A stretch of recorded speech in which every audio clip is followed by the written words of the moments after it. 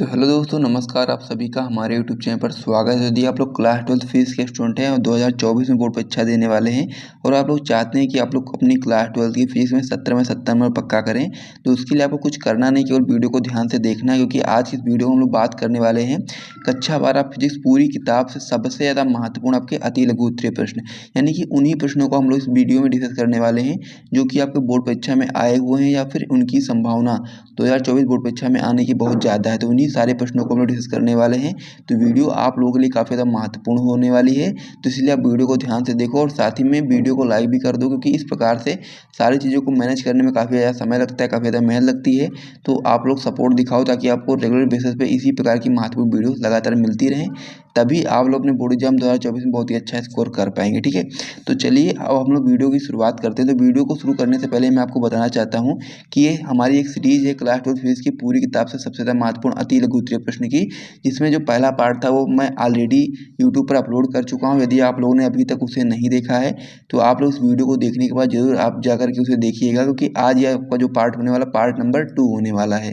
तो part number 1 और part number 2 आप लोग दोनों देखो, तभी आप लोग बेहतर तरीके से समझ पाओगे। क्योंकि हम लोग क्या कर रहे हैं, पूरी किताब में जो सबसे ज़्यादा महत्वपूर्ण प्रश्न हो रहे हैं उन सारे को करने की कोशिश कर रहे हैं और साथ ही में उसका आंसर भी बताने की कोशिश कर रहे हैं। तो इसीलिए थोड़ा सा समय लग सकता है, तो इसीलिए आप ध्यान में उसी को ध्यान में रखते हुए आप लोग सभी पार्ट को अच्छे तरीके से देखो और हर एक क्वेश्चन को अच्छे तरीके से प्रैक्टिस करो, तभी आप लोग अपने बोर्ड एग्जाम में अच्छा स्कोर कर पाएंगे। ठीक है, तो वीडियो को शुरू करने से पहले मैं आपको बताना चाहता हूँ कि यदि आप लोगों ने अभी तक हमारे टॉपर ग्रुप को ज्वाइन नहीं किया तो आप लोग चाहो तो ज्वाइन कर सकते हो। ठीक है, अब ये टॉपर ग्रुप क्या है, इसमें आपको क्या क्या चीज़ें मिलती हैं वो भी मैं आपको बता देता हूँ। ठीक है, तो टॉपर ग्रुप जो है आपका, इसमें आपको जैसे मान लीजिए आप लोग फिजिक्स के लिए टॉपर ग्रुप लेते हैं तो इसमें आपको फिजिक्स के ऑल चैप्टर का नोट्स मिलेगा जो कि हैंड रिटन होगा। ठीक है, और साथ ही में इम्पॉर्टेंट क्वेश्चंस भी दिया जाएगा। ठीक है, जैसा कि आप लोग स्क्रीन पर देख पा रहे होंगे।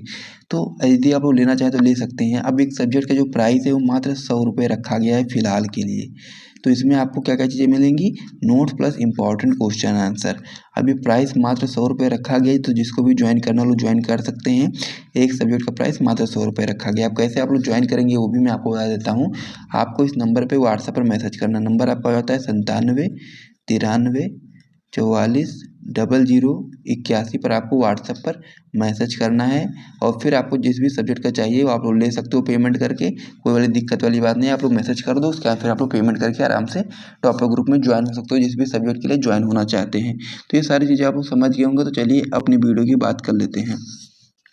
तो जैसा कि मैंने आपको बताया कि हम लोग क्लास 12 फिजिक्स 2024 बोर्ड एग्जाम की तैयारी कर रहे हैं, जिसमें मैंने सबसे पहले क्लास 12 फिजिक्स की पूरी किताब से सबसे ज़्यादा महत्वपूर्ण अति लघु उत्तरीय प्रश्न की सीरीज को स्टार्ट कर दिया है।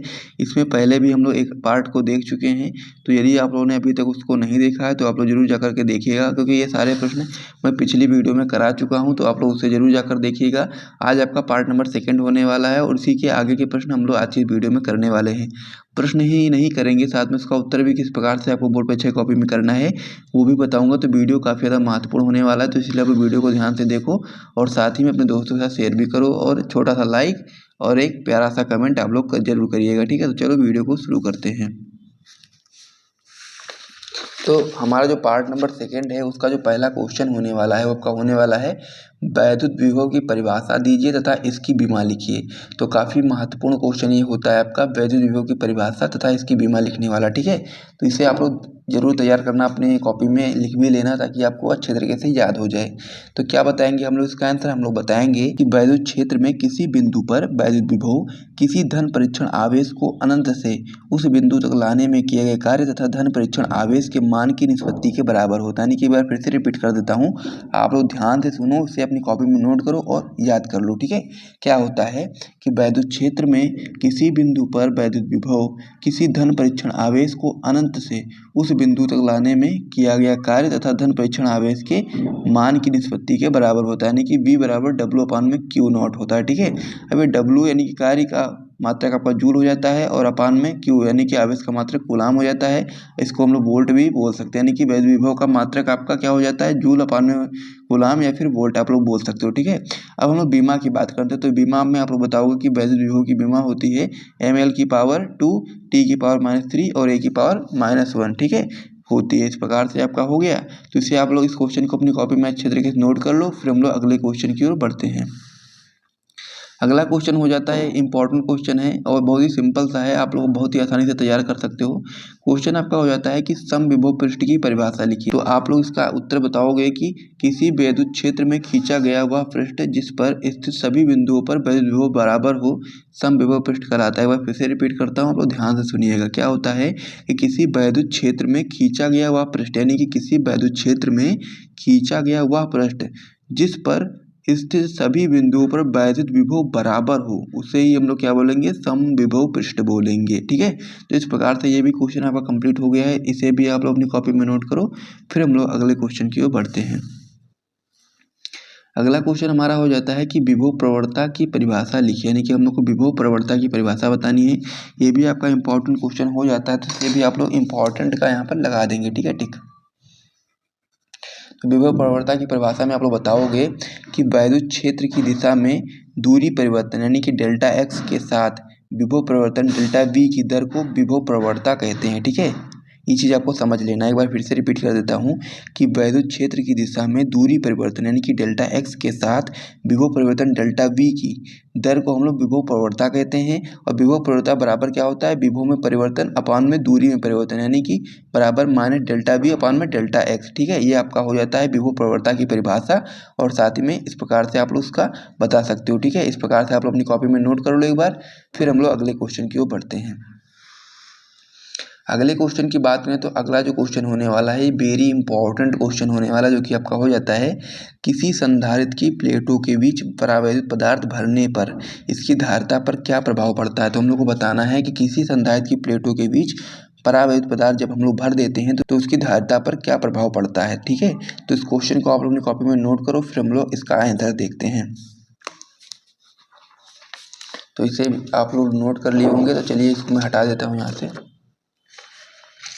इसको हम लोग ऐसे रख देते हैं। आप क्वेश्चन भी देखते रहना और आंसर भी मैं आपको बता दूंगा। ठीक है, तो उत्तर में आप लोग बताओगे कि आप लोग उत्तर में बताओगे कि संधारित्र की प्लेटों के बीच, इसको मैं नीचे कर देता हूँ ताकि आपको सही से दिखे। ठीक, तो आप लोग बताओगे क्या इसका आंसर में आप लोग बताओगे कि संधारित्र की प्लेटों के बीच परावैद्युत पदार्थ रखने से इसके अंदर प्लेटों के बीच उपस्थित वैद्युत क्षेत्र के विपरीत दिशा में एक आंतरिक वैद्युत क्षेत्र उत्पन्न हो जाता है। यानी कि बार फिर से रिपीट करता हूँ, आप लोग ध्यान से सुनो तभी आप समझ पाओगे। ठीक है, क्या है कि संधारित्र के प्लेटों के बीच परावैद्युत पदार्थ रखने से इसके अंदर प्लेटों के बीच उपस्थित वैद्युत क्षेत्र के विपरीत दिशा में एक आंतरिक वैद्युत क्षेत्र उत्पन्न हो जाता है, जो इसकी सतह पर प्लेटों के विपरीत आवेश के प्रेरित होने से उत्पन्न होता है। ठीक है, जो कि क्या होता है, जो इसकी सतह पर प्लेटों के विपरीत आवेश के प्रेरित होने से उत्पन्न होता है। इस कारण प्लेटों के बीच जो विभवांतर होता है वो घट जाता है। ठीक है, अब विभवांतर आपका घट जाता है, जिसके परिणाम स्वरूप धारिता आपकी बढ़ जाती है। यही चीज़ आपको यहाँ पर समझनी थी, क्योंकि आपका क्या होता है कि सी व्युत्क्रमानुपाती 1/v। ठीक है, ये आपका होता है। तो कहने का मतलब ये है कि विभवांतर जब घटेगा तो फिर धारिता बढ़ जाएगी। तो इस प्रकार से इस क्वेश्चन के भी आंसर मैंने आपको बता दिया है, तो इसे भी आप अपनी कॉपी में नोट कर लो। उसके बाद फिर हम लोग अगले क्वेश्चन की ओर बढ़ेंगे। अगला क्वेश्चन हम लोग का हो जाता है कि वैद्युत विभवांतर से आप क्या समझते हैं, या कह सकते हैं कि वैद्युत विभवांतर से क्या तात्पर्य है। तो इसका उत्तर आप लोग बताओगे कि वैद्युत क्षेत्र में किसी धन परीक्षण आवेश प्लस Q0 को एक बिंदु से दूसरे बिंदु तक लाने में किए गए कार्य W तथा धन परीक्षण आवेश के मान की निष्पत्ति को उन बिंदुओं के बीच विभवांतर कहते हैं। एक बार फिर से रिपीट करता हूँ, आप लोग ध्यान से समझो कि वैद्युत क्षेत्र में किसी धन परीक्षण आवेश प्लस Q0 को एक बिंदु से दूसरे बिंदु तक लाने में किए गए कार्य W तथा धन परीक्षण आवेश के मान की निष्पत्ति को हम लोग उन बिंदुओं के बीच विभवांतर कहते हैं। आगे आप लोग बताओगे कि यह एक अदिश राशि है, यानी कि विभवांतर एक अदिश राशि है। यदि किसी धन परीक्षण आवेश Q0 को वैद्युत क्षेत्र के किसी बिंदु B से बिंदु A तक ले जाने में किया गया कार्य W हो, तो बिंदुओं A तथा B के बीच विभवांतर आपका हो जाएगा BA माइनस BB बराबर W/में Q0। ठीक है, तो इस प्रकार से वैद्युत विभवांतर हो गया। और वैद्युत विभवांतर के बारे में आप लोग याद कर लो, क्योंकि आपका अति लघु के साथ साथ में लघु उत्तरीय में पूछा जा सकता है, तो इसीलिए आप लोग इस क्वेश्चन को अच्छे तरीके से तैयार कर लो। ठीक है, तो यहाँ तक आप लोगों ने वीडियो को समझ लिया है, तो अब हम लोग वीडियो को समाप्त करते हैं। मिलेंगे हम लोग नेक्स्ट वीडियो में। और साथ ही में यदि आपको वीडियो पसंद आया तो वीडियो को आप लोग प्लीज़ एक लाइक कर दीजिए और साथ में अपने दोस्तों के साथ शेयर भी कर दीजिए। ठीक है, तो हम मिलते हैं नेक्स्ट वीडियो में, तब तक के लिए जय हिंद।